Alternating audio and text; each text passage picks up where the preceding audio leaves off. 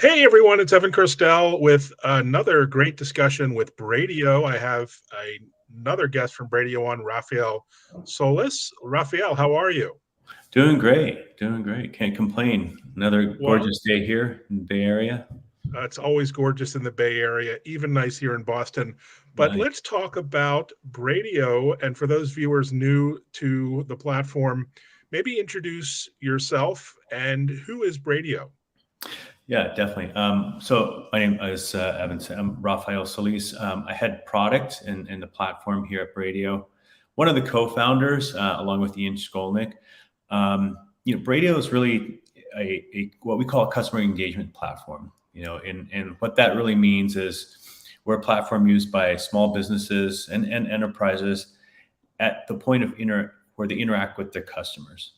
And this can start as a live chat to a video with automated scheduling, and then we have workflows that kind of spin off there from depending on the different verticals. So we really try to automate that and simplify everyone's jobs at the end of the day, but also create greater efficiencies and create new revenues too. Well, let's talk about that because you have a unique model and go to market. And before we jump in and talk about customers, explain how you work exactly, because you work with service providers to enable applications and services, value-added services to small and medium-sized businesses. Something that is kind of different in your go-to-market from a lot of enterprise communication services out there. So, explain the model first, and then we'll dive right into how you can help small and medium-sized businesses. Yeah, so we've been blessed. I think a lot of it due to our successes, that we've created relationships with some of the large telcos, like in AT&T, EAN, or at Etisalat in the Middle East, and through them, they resell our services to their customers, right? So that really gives us a big jump start on customer acquisition, and it's really mutually beneficial. We do get some direct business, which is kind of how we got our origins. But this has been really very exciting for us, and the scale of what's happening it's just really accelerating. So can I Yeah, share and, more? and well, large global enterprises are very well served, and SMBs are very underserved, to say the least. Mhm. We're out there pretty much on our own. I'm a small Right. business owner, and we're sort of patching together whatever applications and services and tech we can find for customer service and experience and messaging and communications. And it can be a bit of a nightmare.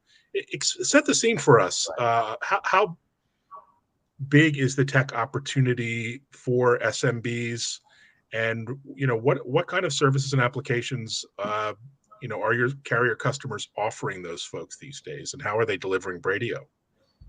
Yeah, I mean the market is of course huge, right? Everyone talks. You hear the big brand names, the large enterprises that are household names, but when you really break it down, even here in North America, the bulk of the market or jobs are SMBs, small mid-sized businesses, and that's sort of the fabric of our country here, and you see this also elsewhere all across the globe. With our partners in the Middle East, there, it could be 90%, it's SMBs. So it's a huge opportunity. It's also in the past, kind of does present some challenges because it is that little bit of that last mile, and how do you kind of accrue those customers quickly or on a scale that it warrants you to pay attention to them, especially if you're a large enterprise trying to sell into the market. And the way our partners is that, how they sell through to the market, they have a couple different ways, right? They have either a marketplaces that they make publicly available, where small businesses can go there and look for solutions that augment their existing business. They have other channels where they actually do already, because of their large customer list already. They do a lot of outreach via emails and other webinars and such. So similar to kind of what we're doing here. So there's a lot of different modes that they do outreach, including the traditional calling out on businesses. But we've often start with a pool of customers that they feel that there's a really great fit, and then we start working down that list. So it's been great. And according to some research you pointed out in collaboration with 451 Research, they looked at the voice of the enterprise customer in the SMB Hmm. world. And according to a study they just commissioned, some of the top three areas for tech investment by SMEs included customer experience management software, uh, Hmm. number one, and no surprise, right? During the pandemic, Right. everyone's scrambling to help communicate and support their customers. Digital customer engagement channels was number two, Hmm. and every channel all the time kind of thing. And digital experience software was number three. And does Braidio play in all three of those spaces? We do. We do. It's actually kind of like very validating of what our model is, right? It's really, you know, how do you better engage with your customers, right? And just one, offering a means to do so. And then once you engage with the customers, how do you improve that relationship and the services that you offer? So that's absolutely that's our sweet spot. And of course, it gets a little bit more specific as you go into each of the different verticals, but definitely, yeah. Yeah, that's a fantastic piece of evidence. And we talk about digital transformation, and we think about big banks and even the telcos Mm. themselves. But the SMBs have kind of been left out of this world of digital transformation due to lack of perhaps knowledge and resources. Maybe pricing of enterprise level enterprise wide solutions. Mhm. So most of them, according to 451 Research, haven't even invested in a digital transformation strategy, or maybe they're considering it, or they have none. So it really is kind of Yes. a shocking state of affairs Mhm. for those small companies, which, as you said, are the lifeline of this economy. And so, what can you do for them and with them? Maybe we can jump into some examples or Yeah. anecdotes. Yeah, so I think a lot of times, you hear, I mean, you just pointed out right now, a lot of times you hear the term digital transformation, and it's usually in the context of big companies and what are they doing? And that can kind of feel a little bit daunting if you're an SMB, because the reality is, like, if you really break it down, like, what is digital transformation? It starts small, right? The use of email in your business, right? The use of a cell phone to send SMS messages to your customers. Those are all small incremental steps towards a path of digitization. And when you look at an SMB, it's kind of, traditionally, if you're talking about really small, less than 50 people, maybe even smaller, a lot of times, as a business owner, you're so used to doing things yourself or manually or in one way, right? And it's hard to kind of, I've actually been involved in small businesses, through with my wife. And, so I know a lot of that. There's a tendency to hold on to tasks and not delegate enough. So, I think as an SMB, I think, one thing is to kind of just, you know, throw away what you think digital transformation means and kind of look at your own business. And are there, starting simply with, are there repetitive tasks or things that we do that could be potentially automated, right? And how can technology serve those? Can we better engage with our customers with the use of technology? A simple email newsletter, that's a good way to start engaging with customers. And we've seen this, we have a lot of different data points with some, with a couple of verticals that we work with, where they utilize those different elements. One is just that point of entry. How do you engage with them, in a digital manner? And then secondly, how do you kind of continue with that engagement? And that's, again, via SMS, if they have a downloadable app, what we call push notifications, and a simple tool as email. Those are all things to keep top of mind with your customers and try to drive not only repeat but more frequent business, right? So those are really some of the sweet spots that we've been really leveraging and helping our customers. No, What I did you love think I of love that? the idea of simplicity, and marketing and customer experience are kind of two sides of the same coin. It's about building Mhm. relationships with Absolutely. existing and customers and nurturing new customers. And uh, and I love how easy it is for small businesses to kind of consume your services via their preferred carrier partners. I mean, it kind of is one click, it seems, deploy, provision, and use. Maybe talk Yes. about that in the platform and how you're actually delivering these services to mobile or web, desktop, whatever they happen to be using? Yeah, so we do have like sort of we have what we call sort of three approaches to the market, right? One is the SMB, which is completely self-service, turnkey.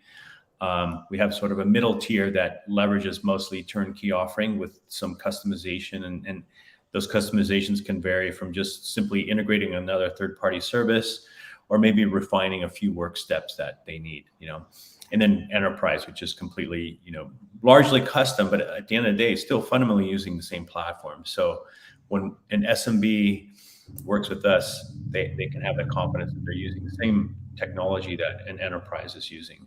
On the SMB, we have on offering Web Essentials, a few clicks, in literally less than a minute, you have a platform that you can now use either to first engage with your customers, whether you need a complete website or you don't. And then you have the ability to, live chat, web conferencing, or video calling, and then the automated appointment scheduler. And that fits so many different verticals, from, financial services to salons to, banking to, healthcare professionals. So it's just, you can see. You have quite some momentum, I understand, in the pet care arena. Think We about how many do. pet care providers, like, how did that come about? Were these folks just searching and Well, found you yeah. guys?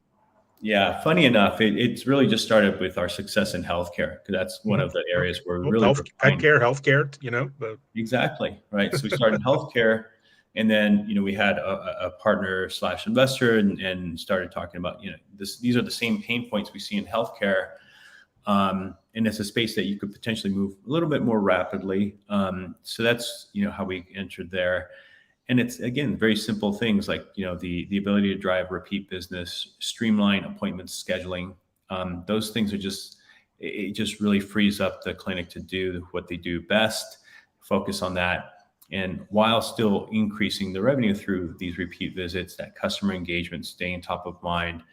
And now we're working up the funnel, looking how to other workflows that we can automate, everything from digital forms. So how do we streamline that intake process from traditional paper to now just doing that all before you arrive for your appointment? So a lot of different things, and it's, again, similar things you can do in healthcare. You can do that also in financial services, and it's contextually it changes a little bit, but it's the same platform, same tools, features, and functionality across. We've found that it's consistently similar across verticals. It's just the context changes a little. Fantastic. And lots of amazing integrations through APIs that you do on the back end. Like, I'm reading one here about a third-party integration with QuickBooks in a healthcare use case. So customers can create dashboards that allow you to analyze and look at customers and payments and payment data and all of that through the app. Oh, so Definitely, tell us yes. about the app, sort of creation process and how you integrate all these different APIs on the back end. Yeah. So, one of the things is that, where the whole premise started around integrating with third-party services is that, there's a lot of sort of what you call legacy or traditional systems. And sometimes it's really about unlocking the value that the data that sits in these platforms. And then how do you kind of like share that knowledge across your organization? That's sort of the origins, and the ability for us to integrate, pull data out, make sense, and then push it back to on our platform to inform decisions, to inform actions, really unlocks a lot of value. I think that's again, drives efficiencies. It helps you do your job better, and there's so many ways you can leverage that. So we have what I would call default integrations that we have with there's a bunch of different third-party services we've already integrated. And many of them have sort of default things that we do with that data, whether it's the read and then the write back to those systems.